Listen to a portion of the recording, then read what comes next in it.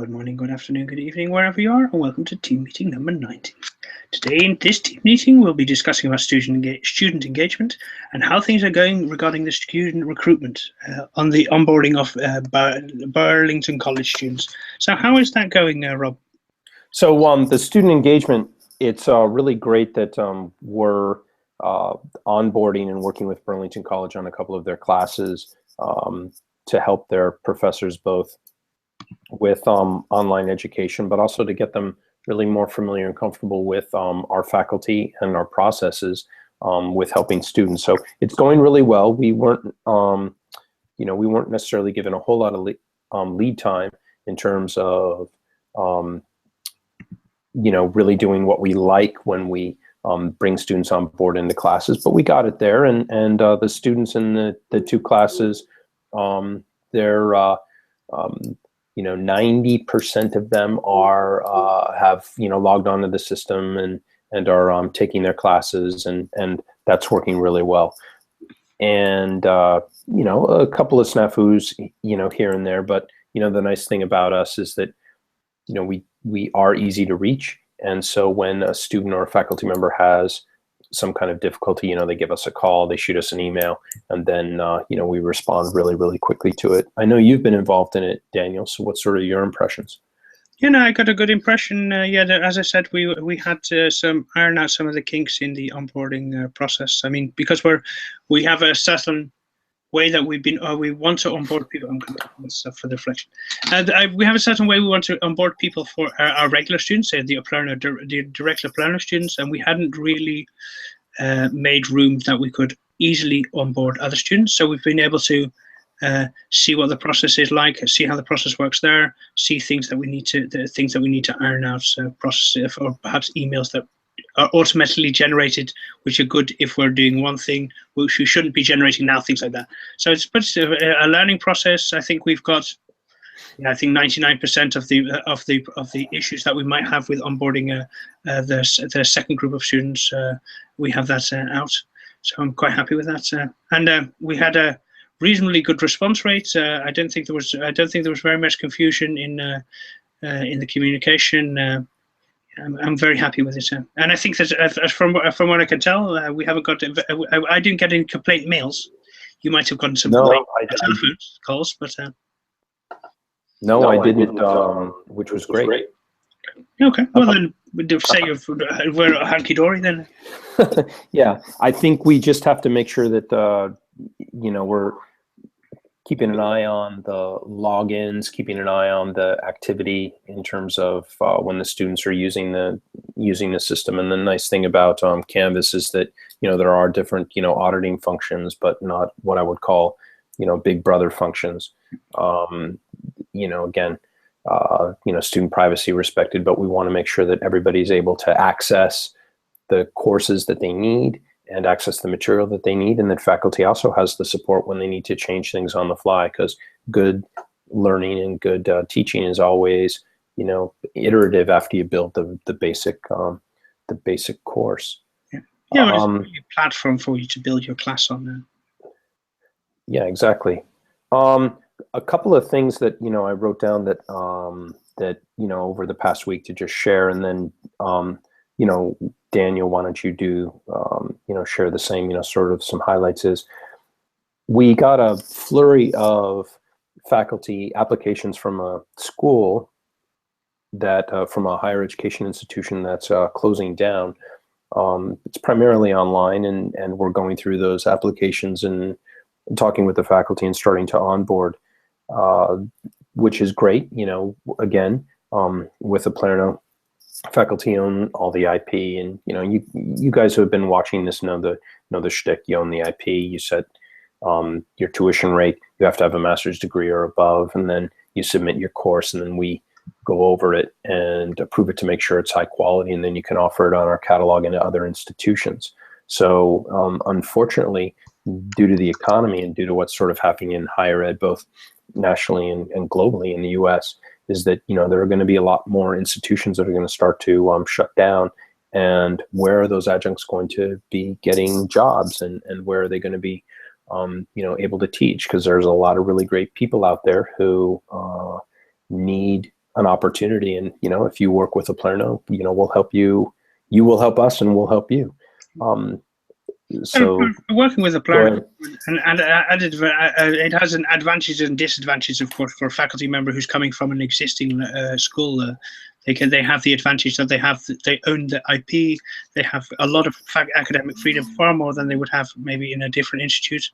The disadvantages, of course, that they have, there is slightly more work in acquiring their students. There's a slightly more initial effort needed, whether it's developing your course or whether it's acquiring students. But the payoff, in the long run, this will just pay off.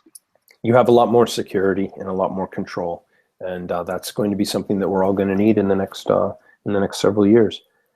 A couple of new classes that one new class that I want to talk about is David Urwich in his web development and design class.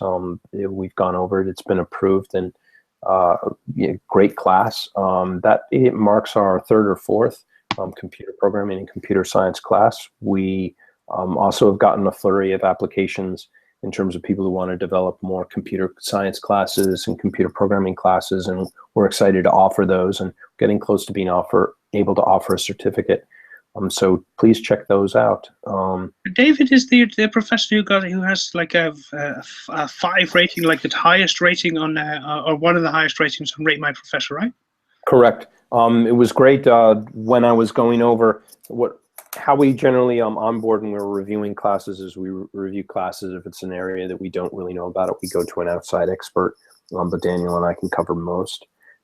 Then what we do is, after we've approved the class, we create a landing page that just the professor can see. And then we also create a page in our course catalog that the professor can use to both market the class.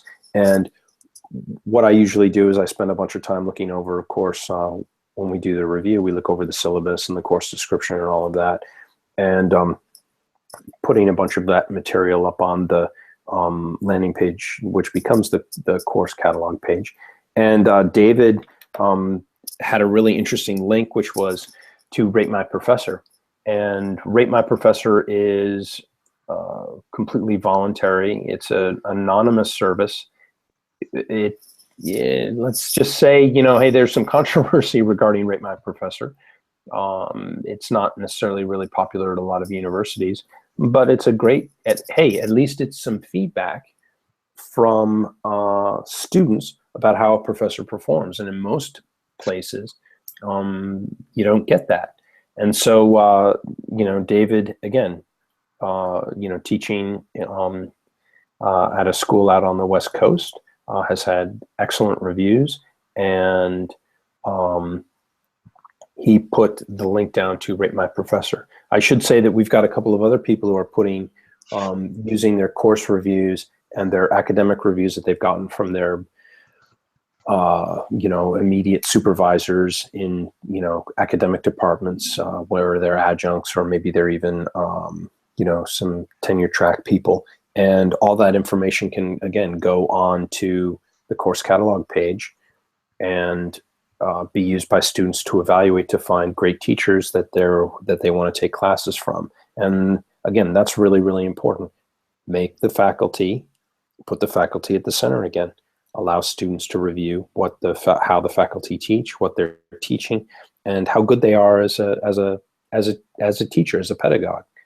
And that's going to make a big difference for both student learning outcomes, and I also think retention. So as our network grows and we get more and more people involved and more people are taking classes, we'll eventually have data on that kind of thing. So that's good. Do you want to add anything to that, Daniel? No. I think that's great. No, I think these sites for being able to rate your professor or rate these are excellent sites. I mean, with the caveats, of course, that the rating system should be fair. You shouldn't just be able to play around with it and give people that you don't like, give them massively bad ratings just because you don't like them, and that's the problem with it. Yeah, that's the problem with anonymity when you're reviewing something.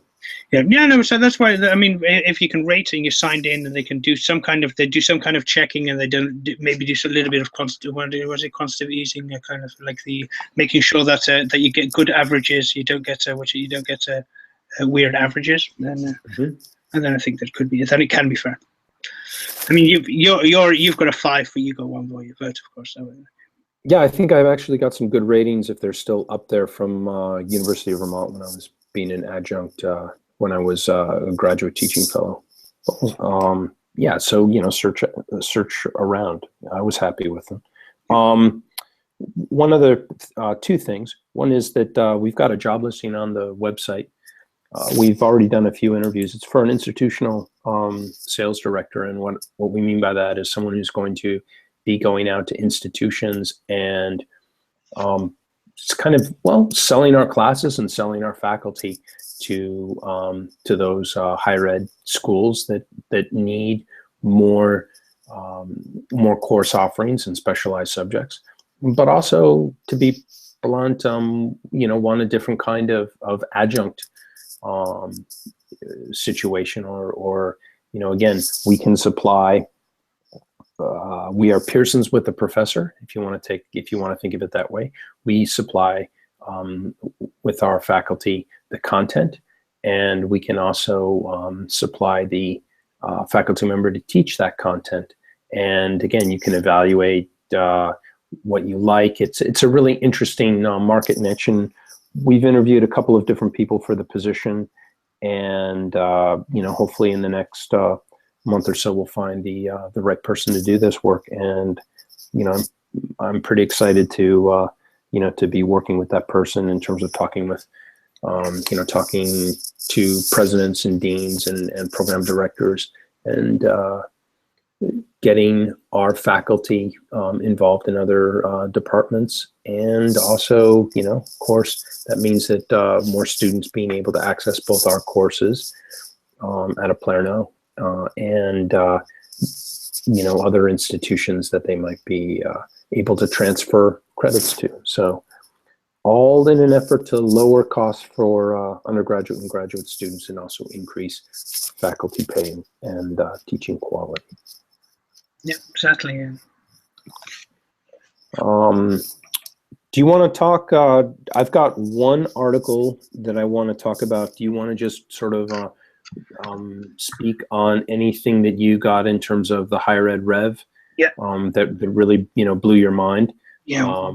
Well, there's every year, every week I have so many things that I read for the higher ed revolution that blow my mind. There was I think it was last week, there was an excellent article by Colin Robertson, which is basically the great lessons you can learn from bad people, and which it takes a couple of people who have had not done very well in their life, have been have done perhaps extremely heinous things, but who have learned from it, and who you've seen have been able to grow through these things. Very interesting people like Dr. Dre, and some other. So you mentioned some other things, some other people in there as well. Very interesting. There's of course we have a running series which is where Matthew Phillips explores his learning of Japanese using all kinds of different techniques, using flashcards, all kinds of interesting. I mean, basically, he started it at the beginning of this year, and from this year he's just documenting every week or every 1.5 weeks what his progress is, what he's using at this moment. Really, wow. Just for a language learning test, it blows your mind. Just what are you trying? Where is he struggling with? What is he finding? What his time struggles? Of course, procrastination. Everything that everybody else has trouble with, of course, as well when they're learning languages. So it's very interesting to read. And he's promised me that he's going to keep this up. So hopefully we'll have at the end 52 great lessons and great 52 steps to be able to learn a language in a year. So we can hope for that. And we've added a Mehmet from Mehmet, I think he's from Turkey. We added him to as one of our editors. Absolutely brilliant. He's also applied. He's also applied to be a faculty member with Oplerno. Really, really interesting. Also some very interesting articles. he had wrote a very funny article, 16 Ways to Destroy Higher Education, in which he basically sets out 16 steps that you take if you really want to keep higher education in the 18th or the 17th century. I mean, if you want to keep higher education at the level of Isaac Newton, if you understand what I mean. So just really not use the new technology. And then there's just so many interesting stories on there. I'd advise you to read it, subscribe. We're always looking for writers as well, so if you have interesting piece that you would like to write, then send us an email at info@oplerno.com or one of the other things, one of our other addresses. Did you, we've kind of over the last couple of weeks have been charting sort of the growth. Did you have much growth over the last week in terms of the readers? Oh, yes, let me look. That I can tell you when I last looked, we're now at it says 15K followers or 1.5K followers, but I think it's actually, if I remember correctly, from Friday it was 155, so 1550, so almost 1600. So I'm quite happy with that. As I said before, I expected that we'd get somewhere over there, but now at the moment it's almost. With the absolutely brilliant editors we have, Professor Debbie Duninsky, I think it was. Sorry if I butchered your name. And Mehmet on there is absolutely brilliant. We have it's almost self-sustaining. It's running itself. We only need to say some. I need to read the articles. Basically, it's brilliant. I'm very happy with this. That's excellent. One article that I want to bring to everybody's attention is a news item about Coursera. It just popped up either this weekend or even potentially yesterday. Coursera is now moving to charge for a bunch of their classes, flat out. They're not going to be offering courses for free with all of their classes. They're going to have a bunch that you have to pay for. But what I really found interesting is the commentary in the article, which says that their business plan is kind of screwed up and they need to make some money and make their business sustainable. As we know, Coursera is built on the idea of being free to users, but charging institutions a lot of money both to develop the classes for these large MOOCs and also data mining the students in terms of information. So the fact that Coursera is having to look at changing its business model is going to be interesting. One, because I think that courses where you are taking it with large number, thousands or 10,000 people, and you're basically kind of, using an electronic textbook. There's some feedback. Maybe there's some people who are, volunteering their time to, act as discussion group members. Well, all of those are hidden costs. And the question is whether when you pay for something, you're going to have to pay probably, $50, $100 to take a particular class. Would you rather take a class with an actual human being and an expert that can interact with you, like with us, in terms of 25 students is really the maximum class size that you can have in a section that's more specialized? Or would you rather take a class with spending a bunch of money to take a class where you're more anonymous and you're again taking sort of a class with a sophisticated technological textbook? I think that'll work for some classes. But for classes that are more specialized, where you have to, engage in the Socratic and get a lot of feedback, for example, writing, philosophy, critical thinking, and also, computer programming, and anything where you really have to think deeply and creatively about solutions and get feedback. I think what we're seeing is sort of the edge of where everybody was so into MOOCs because it was kind of like a modification of the old design of the lecture format. And now we're seeing that, hey, it's kind of like, the same old, but, made electronic. So look up that article, check it out. Yeah, there's a certain amount of irony there. I think I recently contacted a professor who has a course on Coursera, and I said he has it. It's also provided open to, online, and I said, oh yeah, that's a quite interesting course. Would it be possible to offer this on the Oplerno? We can teach it. We could have a faculty member teach it, And he said, yeah, okay, I don't want to work with for-profit universities. I'm like, okay. So if Coursera is going that direction, then that of course would affect a lot more than just. Well, it's fascinating. I mean, Coursera is for-profit, for the love of God. Anyway, you know, way it goes, and it's interesting. I got into another conversation with someone about the whole, you know, why we're a for-profit, and I said, wait, we're for-profit? True. Told them the reason why in terms of, you know, governance, so that, you know, you and I maintain control and the vision of what we want to accomplish. But that, you know, when you think about it, 80% of our revenue that we generate, at least 80% of the revenue generated from students goes back to the faculty members. And how many universities can say that? Yeah. How many businesses can say that, where the workers actually own the means of production? But enough from Sub Commandante Skiffy. Exactly. Of that, you know, you guys all know who are, you know, turning in what we're trying to do here. Put faculty back in the center. And we're getting there, because there's some shakeups happening, and we just have to maintain our course and keep plugging away, and we'll get there. I think that's about it, unless you want to add anything else, Daniel. No, I don't have to add anything else. So that's just left for me to say goodbye, and thank you very much. I'll see you online. See you online.